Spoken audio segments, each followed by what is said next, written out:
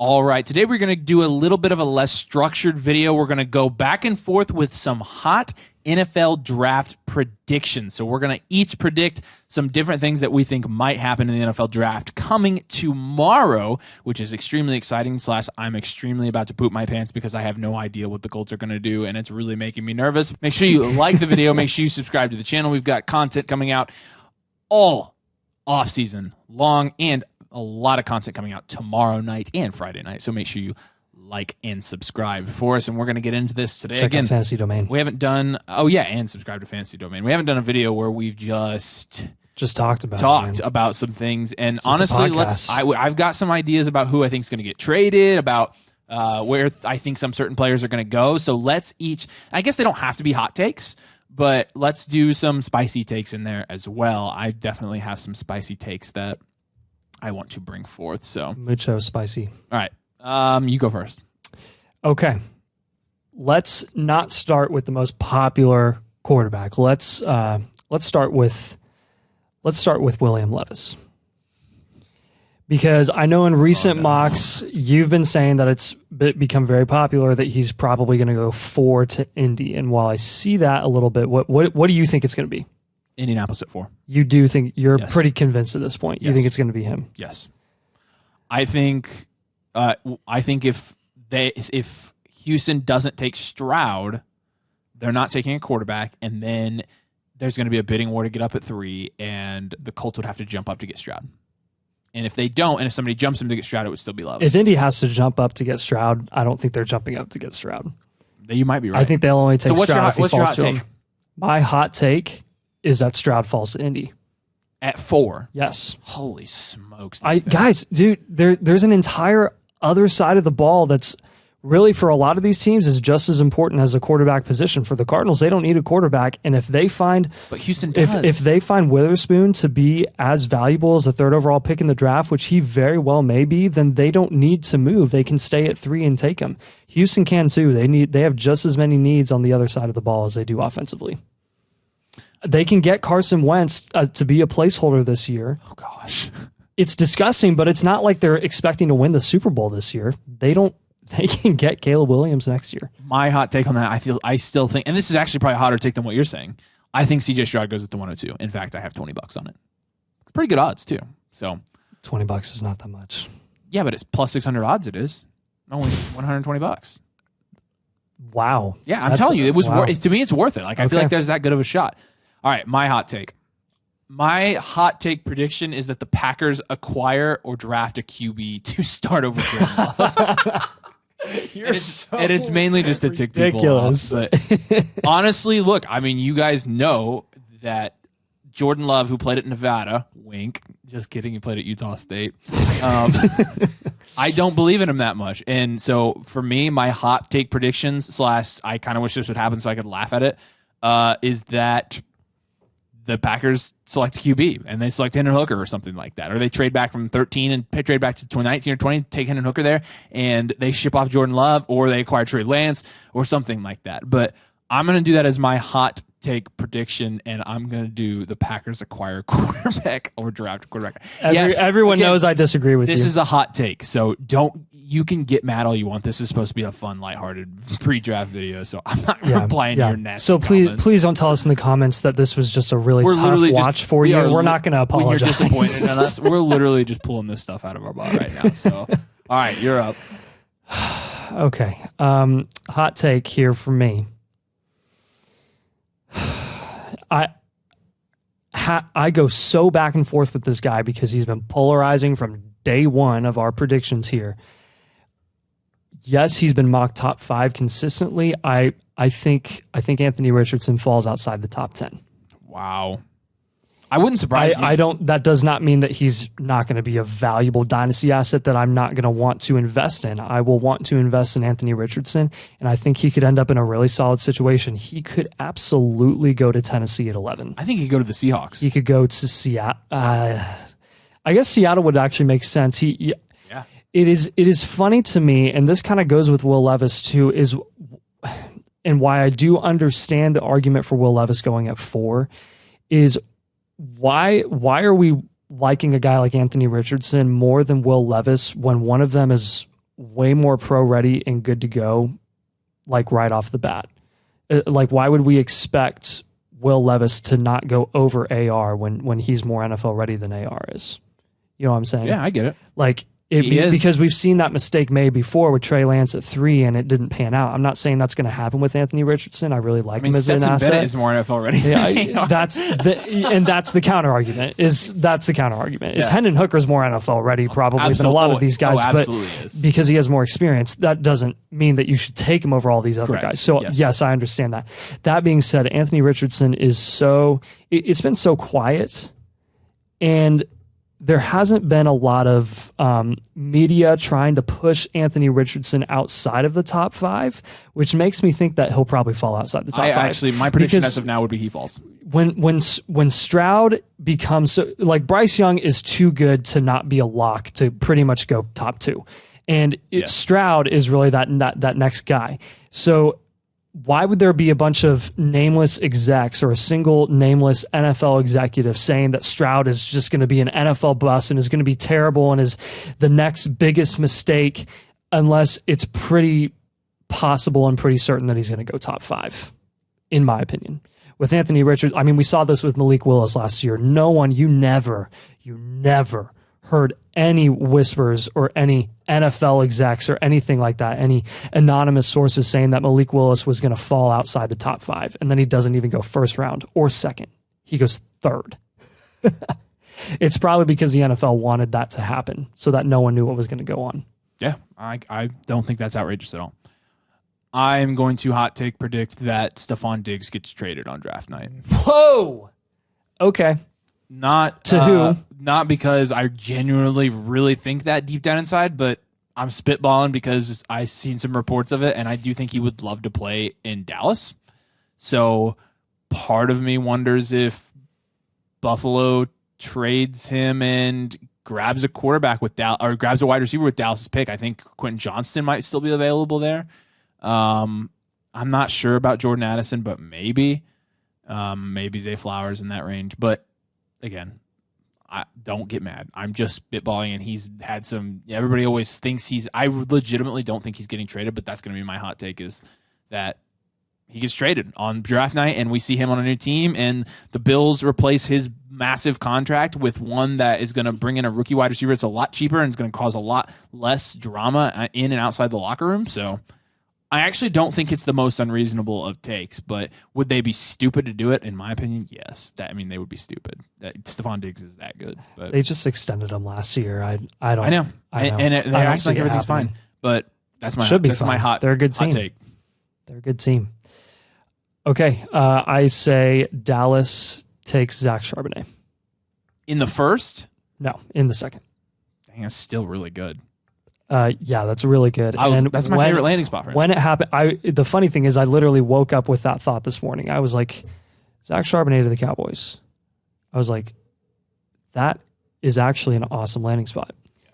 An awesome situation for him. Yes. Tony Pollard, we will laugh in the faces of everyone that crapped on us on Tony Pollard when the Cowboys drafted running back. All right.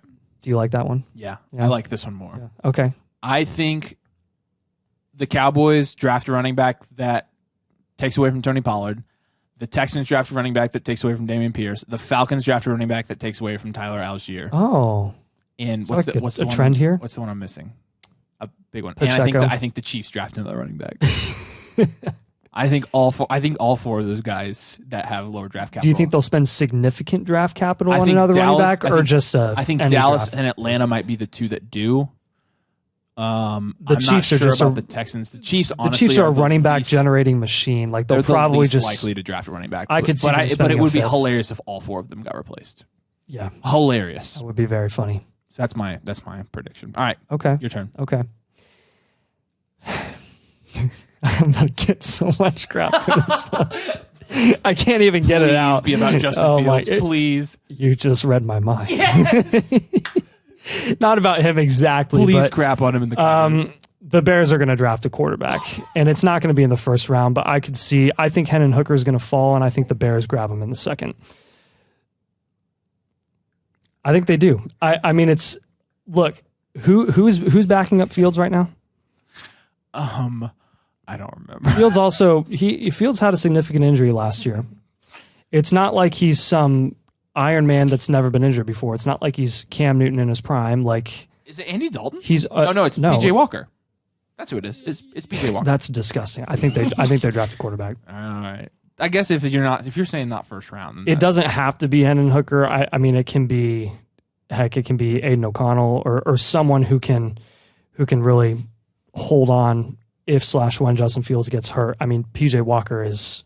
I know everybody's super high on him because of what he did in the XFL and in Carolina. And yeah, he had a couple good games last year in Carolina's offense, but of all the worst situations to be in Chicago, like there's no guarantee that PJ Walker even makes it past. I mean, he could get cut for all we know. It's so early in the offseason. It's really irrelevant. If they find someone in the draft that they like, that they want to take a shot on, they could take a QB for sure. All right, I'm going to do Trey Lance gets moved. And I think this is kind of not super hot take, and definitely something everybody knows is possible. But I think Trey Lance gets moved. I don't think they're keeping that QB room of Trey Lance and Brock Purdy forever.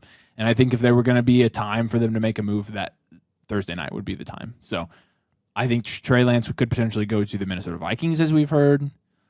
I would love to think that the Packers would trade for him. I know that's not going to happen, but I would love for that to happen because that would be the funniest thing. I'm trying to think of where else he would go that I don't think there's a lot of smoke around him to the Titans, but Trey Lance gets moved. That's my hot take and prediction. All right. Okay. I think Tampa replaces Rachaad White, easily taking Bijan Robinson. I think you're right. At 19. I think that's a very possible landing spot for Bijan. Yes, there's been buzz and talk about him not even getting past 10. And if that's the case, I mean, obviously they're not going to make it. But I mean, if you look at the guys, look at the teams at 10, there's just, yes, Bijan is an elite weapon and he could be really valuable for some of these teams, but I don't think that's what they're going to want to gun for. I mean, there's too much talent on the defensive side of the ball alone in the top 10, and there's a ton of need here. I mean, Carolina at 1, they're taking Young. Houston, Arizona, they could both possibly go defense. Colts are taking a QB. Seahawks are desperate for defense. Detroit, some people want Detroit to take AR or go offense. They need defense.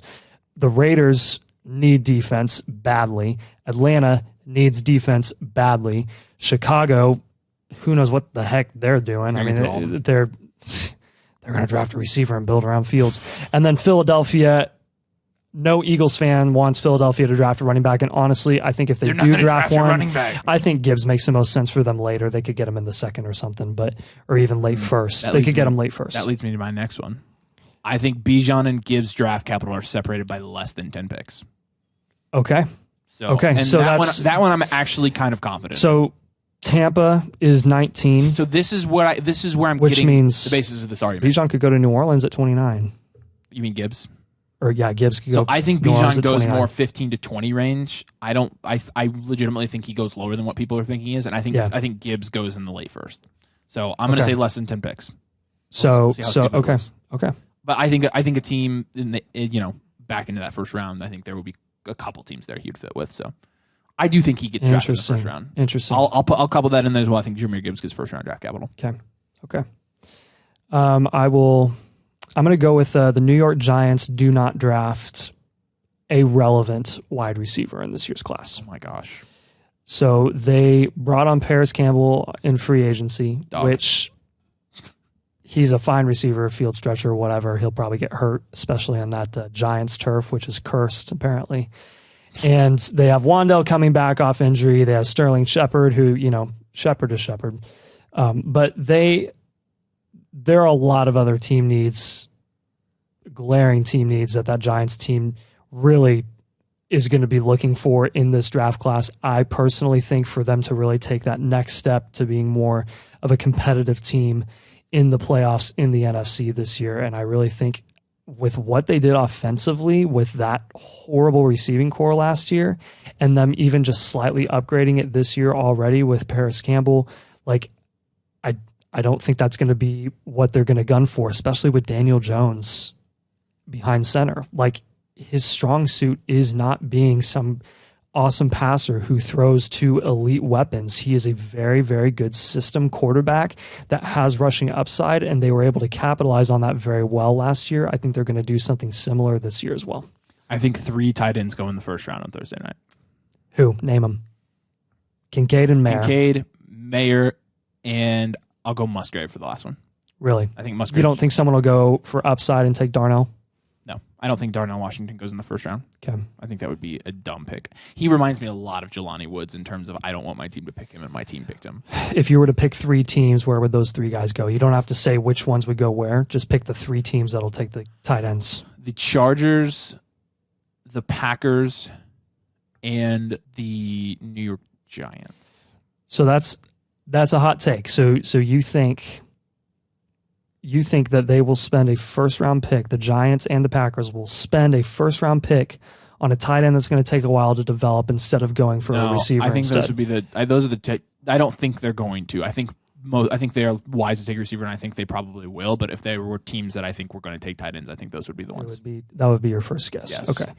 Yeah, no, I don't. Because I would say this isn't. I would really think the Chargers are going to take a wide receiver. Yeah, Green Bay got to move up 2 spots to 13 if they feel like they need to move up a little bit more, and maybe even jump Chicago. And that may be okay. I'm gonna make this prediction now. I think the Packers trade up to 8 and they draft Jackson Smith and Jigba before Philadelphia or before Chicago can get their hands on him. And Houston. I think Atlanta isn't desperate for a receiver right now. They have Pitts in London. They have plenty of other needs. They can trade back 4 spots with Green Bay, get a little extra draft capital for it because they do not have a lot of depth. It's a really nice, good move for both of them. Green Bay gets that receiver that they've been looking for because Christian Watson ain't the number 1 there. I'm going to do this. I'm going to say the Colts trade down. And still land Levis?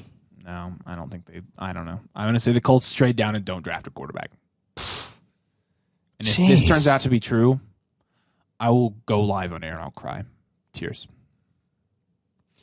We might have to have like 10 to 20 seconds of like moments of silence. Yeah, I'm thinking for the death of the Indianapolis Colts franchise. All right, do something super crazy now, just for fun.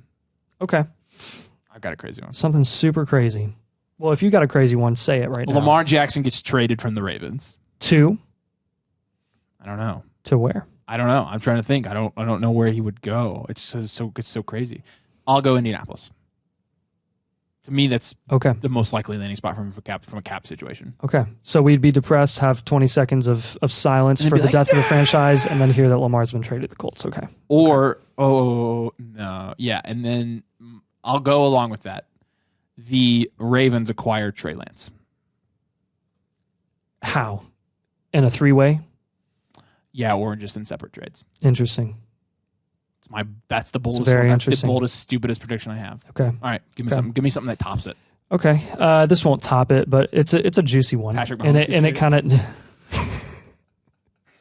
I would not blame you guys for turning it off if that happens. No, I'm not going to be that stupid. That's right. I think Joe Mixon gets cut, and I think at 28 the Bengals take Jahmyr Gibbs, which is within the 10-pick threshold that you're looking for. That's not hot. That's not that hot. That's totally realistic. Yeah, it's no. Do something crazy, Nathan. Think outside the box, dude. Gosh, you're like, I think a running back gets drafted where he's projected to. Really, I did Lamar gets traded, which is not going to happen. To the Colts. Fine. I'm delusional. I think Bryce Young goes number 1 overall. Shut up. Okay. All right. Fine. This. Here we go. Let's see. You really want me to come up with something stupid here? Yeah, okay. Fine. Okay. I'm trying to think of a team that has. Tell me a team that has a receiver need that's within the top 15 picks. A wide receiver need. Houston. Yes, they have 12. Okay, so the Los Angeles Rams trade Cooper Kupp to the Houston Texans for the 12th overall pick, and they draft Anthony Richardson to sit behind Matt Stafford for a year or two, and then as they rebuild. Now that would be outrageous. That would be the juicy. Stupidest trade of all time. After trading away all the picks. Oh my gosh! But I'll tell you what, it's one of those things where it's like, well, they have an aging QB, they can't get him off their hands. But they wouldn't take. No one wants to trade for Matt Stafford because of the cap. Cooper Kupp, though. I know that's what I. Okay, they would need like Cooper Kupp. Do it. Do it with like the Packers or even New England because I mean AR could fall as far as imagine Cooper Kupp to the Jets at 15.